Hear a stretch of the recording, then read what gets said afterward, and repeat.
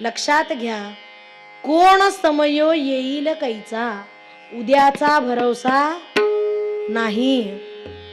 मी पहिल्या दिवशी बोलले की आपल्याला जायची तारीख माहिती नाहीये म्हणून आपण मजेत आहे,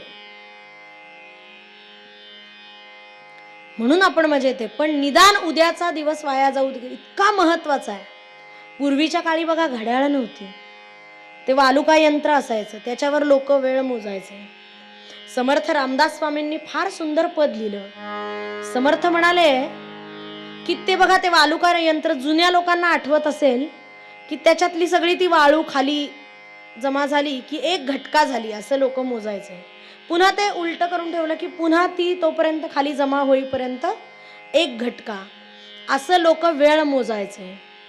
समर्थ म्हणाले आता घड्याळाचं उदाहरण समजा घेतलं, तो तास काटा जो आहे तो 1 तास झाल्यानंतर घंटा वाजायची आणि तो स्मरण करून द्यायचा की बाबा रे तुझ्या आयुष्यातला 1 तास कमी झाला.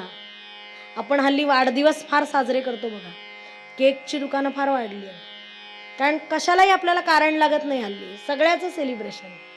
खरं तर तो वाढदिवस नसतोच, कधी घट दिवस असतो. आपल्या आयुष्यामधलं 1 वर्ष कमी झालंय हे सांगणारा तो दिवस आहे.